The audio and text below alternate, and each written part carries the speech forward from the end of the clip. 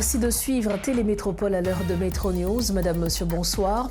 Voici les grands titres à la une de ce mardi.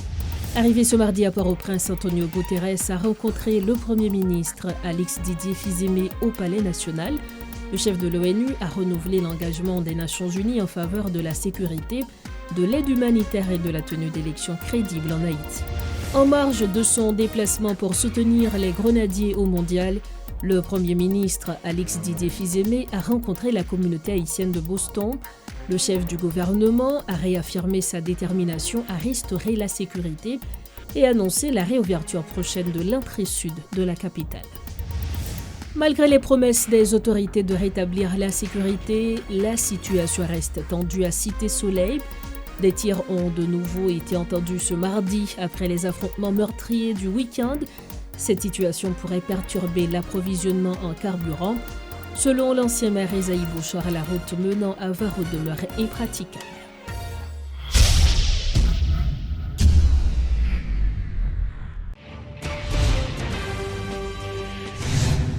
Bienvenue au développement des titres de l'actualité. Le secrétaire général de l'ONU, Antonio Guterres, est arrivé ce mardi à Port-au-Prince pour une visite officielle consacrée à la crise sécuritaire et humanitaire en Haïti. Reçu au Palais national par le Premier ministre Alix Didier Fils-Aimé, il a réaffirmé le soutien des Nations Unies aux efforts des autorités haïtiennes visant à lutter contre les gangs armés et à créer les conditions nécessaires à la tenue d'élections crédibles. Cette visite intervient alors que le pays est confronté à une grave crise avec près de 1,5 million de déplacés internes et plus de 5 millions de personnes touchées par l'insécurité alimentaire. Suivez les déclarations du secrétaire général de l'ONU, Antonio Guterres. J'ai vu une crise d'une ampleur extraordinaire dont la racine est l'insécurité. Les gangs terrorisent le pays. Des familles entières sont déracinées. Des enfants sont privés de protection, d'école, d'avenir. Pour trop d'Haïtiens, chaque jour est une lutte pour la survie. Mais moi, j'ai aussi vu et surtout un peuple debout. Ce matin, dans un site de personnes déplacées, j'ai rencontré des familles qui ont tout perdu et qui pourtant tiennent bon ensemble, avec un courage et une dignité qui forcent l'admiration. Et je ne peux pas vous nier que j'étais profondément ému en ayant l'occasion de parler avec un groupe de femmes qui avaient été victimes de horribles violences sexuelles, mais qui restaient attachées à son pays, rester attaché à tout faire pour que les gangs soient battus et pour que la violence soit détruite et pour que les élections puissent se rendre. Même avec une souffrance énorme, elles étaient conscientes des problèmes du pays et complètement engagé pour aider à résoudre ces problèmes. C'est quelque chose qui m'a rendu profondément ému et qui crie une énorme responsabilité à la communauté internationale. Comme annoncé en titre en marge de son déplacement pour soutenir les grenadiers au mondial, le Premier ministre Alix Didier Fils-Aimé s'est adressé à la communauté haïtienne de Boston ce week-end. Le chef du gouvernement a renouvelé sa promesse de rétablir la paix sur l'ensemble du territoire national. Il a également assuré que l'entrée sud de la capitale serait très prochainement rouverte à la circulation. Alors que le Premier ministre promet de rétablir la sécurité dans tout le pays, la situation demeure explosive à Cité Soleil. Après les affrontements qui ont fait des dizaines de morts et de blessés au cours du week-end écoulé, encore ce mardi, des tirs nourris ont été entendus dans plusieurs quartiers. Selon l'ancien maire de la commune, Esaïe Bouchard, cette situation risque d'avoir des répercussions sur l'approvisionnement des stations-service en produits pétroliers, la route menant au terminal de Vareux étant impraticable en raison des affrontements entre gangs rivaux. Les précisions d'Esaïe Bouchard. Jusqu'à date, la parole avec vous, là, il y a une tiré dans la zone là. Mais question va il ne peut pas déplacer, quand même pas déplacer parce que pas de monde qui va mettre l'avion en péril. Ça veut dire balle lui même pas gain yeux. On va dire là c'est bon. Et là encore, c'est négligence de l'État parce que à tout moment, il y a gasoline dans le système, il y a toute qualité de gaz. Maintenant, nèg yo k'ap tiré gen gros calibre nan mais ouais qui qualité des autres ça qu'a fait. Maintenant c'est avec le gouvernement, avec le chef de la police là, pour prendre responsabilité et d'autant plus tôt. Nous-mêmes nous dit intervention la police a fait ou bien opération a fait yo. Li temps pour gen des team pied sol, faut nèg yo descendre à terre pour faire pénétration pour marcher sous gang mais question était non chape vous à gauche à droite, ça va porter résultat. Tout autant la police là, pas descendre à terre, pas un service de renseignement qui fiable qui peut permettre pour ton solution à la question banditisme qui va les tirer dans le pays. Pour nous finir, magistrat, est-ce qu'il y a une possibilité pour la paix retourner rapidement ou bien tout ça qui a fait là capable de déboucher sur une guerre qui est plus longue? Moi, je crois que ça a fait là qui a débouché sur une guerre, et bien ça n'a souhaité. Mais tout autant qu'on chita parler, qu'on entend qui permettre que qu'on l'appelle la plus bon pour la population civile, la plus bon pour nous-mêmes tout qui a acheté gaz, qui a servi avec gaz. Maintenant, nous prenons le gaz au produit transversal. Depuis le là, tout le monde va monter. Maintenant, c'est l'État qui prend responsabilité. C'est notre temps pour parler avec les amis pour que vous comment résoudre. Parce que c'est son site silence toute la journée. Ça va faire là, ça montre que faiblesse l'État, ça montre que pour résoudre le problème de sécurité, il pas du jour au lendemain. Et nous rappelons, chef Bélécois, le Benji. Alors, chef Bélécois, c'est Benji. Chef Wab Jérémie, c'est Wab Mikano. C'est l'équipe Mikano qui a rentré dans Bélécois Benji. Et puis par la suite, l'équipe Bélécois parlait d'un coup d'État que tu avais fait sous chef. Et puis ça a suscité guerre entre eux-mêmes. On a rappelé, c'est vivre ensemble comme vous. Autre dossier à Metro News, le ministère de l'Environnement a officiellement suspendu pour une durée d'1 mois l'exploitation des carrières de sable à La Boule, Kinskov et dans les zones avoisinantes. Cette décision vise à régulariser le secteur et à protéger l'environnement contre les dommages potentiels que pourraient entraîner les exploitations illégales, a souligné le ministre de l'Environnement. Valérie Fils-Aimé précise que durant cette période de suspension, des équipes techniques seront déployées afin d'évaluer les carrières susceptibles de poursuivre leurs activités conformément aux normes régissant le secteur.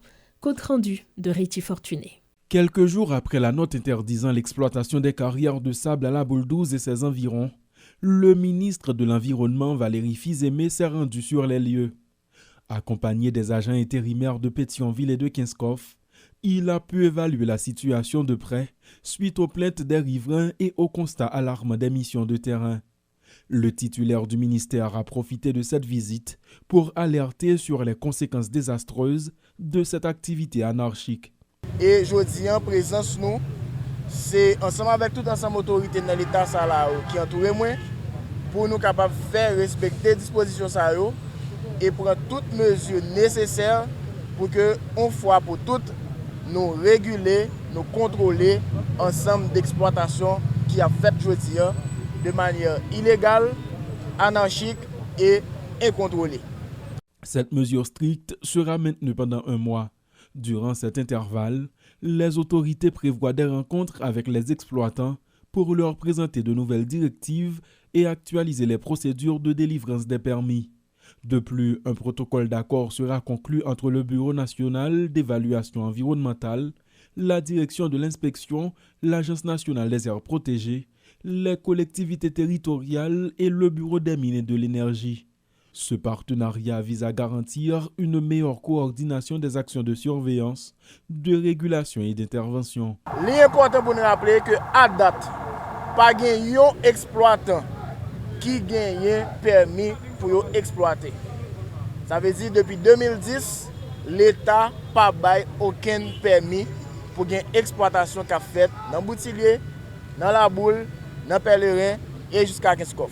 Pour rappel, les sites de Pèlerin, La Boule et Boutillier ont déjà fait l'objet d'interdictions en 2012, 2016, 2021 et 2025 en raison de leur forte vulnérabilité géologique. Cette fois, l'institution entend approfondir la démarche en menant des études durant ce moratoire de 30 jours avant de fixer les nouvelles règles du jeu. Oui, il faut que nous baillons nous moyens pour nous survivre, mais elle ne peut pas faire à n'importe quel prix, elle ne peut pas faire dans n'importe quelle condition. Donc, il est extrêmement important pour que nous comprenions l'enjeu des défis qui gagnent. Donc, nous gagnons des sites aujourd'hui qui sont exploités dans des conditions et qui représentent une grosse menace pour l'environnement. En effet, durant cette période, des unités techniques seront déployées sur le terrain afin d'analyser chaque mine et d'identifier celles aptes à reprendre leurs activités dans le strict respect des standards environnementaux légaux. Le directeur général du Service national de gestion des résidus solides, Daryl Balthazar, a dressé ce mardi 16 juin le bilan de ses 100 premiers jours à la tête de l'institution sur fond de réforme. Selon lui, le SNGRS traversait une profonde crise interne lorsqu'il en a pris les rênes il y a 3 mois. Plusieurs chantiers sont désormais en cours, notamment la mise en place d'un budget d'investissement destiné à faciliter l'acquisition de nouveaux équipements d'assainissement. Daryl Balthazar a également procédé au lancement officiel de nouveaux programmes baptisés Zone PAM Piprop, visant à encourager le nettoyage des quartiers à l'occasion du mondial. Suivez ce reportage de Garbijan. Installé à la tête du Service national de gestion des résidus solides le 6 mars dernier, Daryl Balthazar affirme avoir trouvé une institution rongée par des crises récurrentes. Pour y remédier, le nouveau directeur a lancé plusieurs inventaires et mis sur pied une commission d'évaluation et de restructuration. Il assure également avoir pris des mesures d'urgence pour réparer un lot important d'équipements hors d'usage depuis un certain temps. Et pratiquement, c'était en compressif et en Wolof qui a fonctionné, les nous arrivés dans l'institution Malma. Et je dis à nous capables de dire, non, il y a environ 3 compressifs qui ont fonctionné et à Port-au-Prince et ses environs, et nous gagnons au Cap qui est réparé, qui est en panne depuis plus de 2 ans. Et nous gagnons tout, et on bat l'odeur que nous faisons réparer, qui d'ici semaine nous prend la rue, parce que nous, jusqu'à présent, les responsables garage a aussi Kimbel en observation, et nous gagnons tous les 2 Wolof et qui a fonctionné jusqu'à présent. Désormais, le titulaire du SNGRS ambitionne de réaliser des investissements directs afin de doter l'entité de matériel moderne et adéquat. À partir du budget rectificatif, ça, nous doter l'institution d'un budget d'investissement. C'est-à-dire, à partir de semaine qui venir là, SNGRS, de façon autonome, Jean-Loi, 21 septembre 2017, a dit là, est capable de décider de propre administration qui ça pour l'acheter comme équipement, comme matériel. Qui ça, SNGRS, besoin, comme besoin. Permettez-moi de faire l'abscisse lingo et ça. Et pour me capable de renforcer, ça me donne. Lors de la présentation du bilan de ses 100 premiers jours en poste, le responsable a profité pour lancer la première édition du programme baptisé Zone PAM Piprop. Ce challenge national fait la promotion de la salubrité publique. Profitant de l'engouement autour de la Coupe du Monde, l'organisme, de concert avec son ministère de tutelle, cherche ainsi à stimuler les initiatives de redressement environnemental. C'est-à-dire, le programme ça, nous avons lancé aujourd'hui à Cap démarrer à partir de lundi prochain. Dans tout le pays, nous avons des membres de jury dans tout le département qui pourront marcher, qui pourront visiter et zone, quartier. Et nous parlons de plateforme côté que chaque comité dans zone est capable de poster photos, vidéos pour tout le monde capable de voir et pour jury à tout.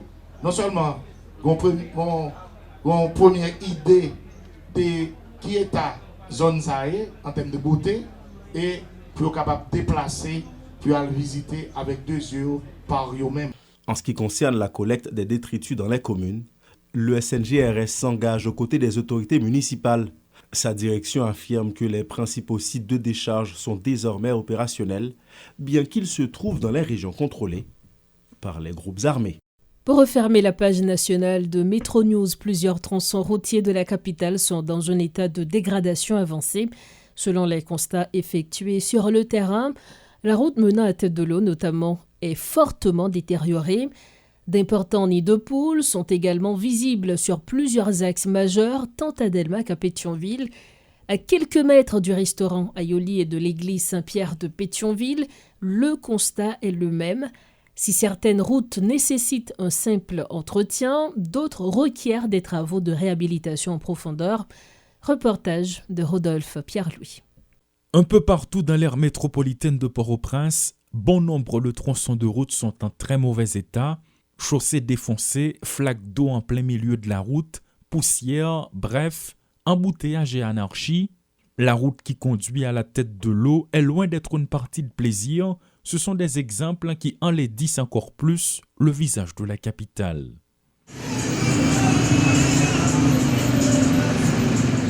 L'état des routes détermine assez souvent le niveau de développement d'un pays. Le mauvais état de la plupart des tronçons de route laisse à désirer et fait perdre du temps, de l'argent, souligne ce citoyen. Nous ne pouvons pas vivre bien. Tant que les gens qui vont à l'école, les matins, parents vont passer pour le misère avec eux.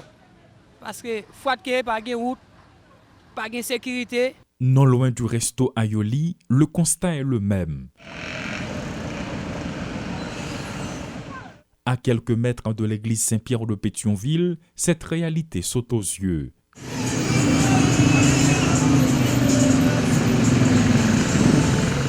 En face de Delma 75, d'énormes trous attirent l'attention, ce qui met en danger les chauffeurs de taxi-moto. Il est urgent que les responsables des travaux publics fassent le nécessaire pour les tronçons de route. Si certains demandent un simple entretien, bien d'autres nécessitent des travaux en profondeur. Si en plein milieu de la capitale, les routes sont en si mauvais état, qu'en est-il de celles des provinces ? Plusieurs tronçons de route de la capitale, que ce soit à Delma ou à Pétionville, sont dans un sale état.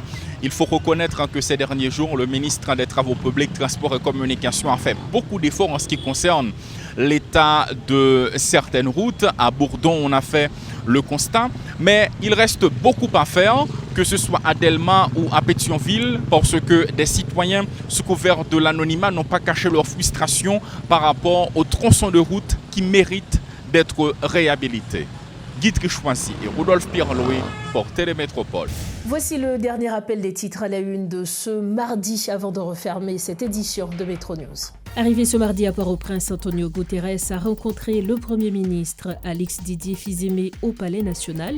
Le chef de l'ONU a renouvelé l'engagement des Nations Unies en faveur de la sécurité, de l'aide humanitaire et de la tenue d'élections crédibles en Haïti. En marge de son déplacement pour soutenir les grenadiers au mondial, le Premier ministre Alix Didier Fils-Aimé a rencontré la communauté haïtienne de Boston. Le chef du gouvernement a réaffirmé sa détermination à restaurer la sécurité et annoncé la réouverture prochaine de l'entrée sud de la capitale. Malgré les promesses des autorités de rétablir la sécurité, la situation reste tendue à Cité-Soleil. Des tirs ont de nouveau été entendus ce mardi après les affrontements meurtriers du week-end. Cette situation pourrait perturber l'approvisionnement en carburant. Selon l'ancien maire Esaïe Bouchard, la route menant à Varro demeure impraticable. Voilà ce qui m'est fait à cette édition de Métro News. Merci de l'avoir suivi. On se retrouve demain soir pour une prochaine édition de ce journal. Excellente soirée à toutes et à tous.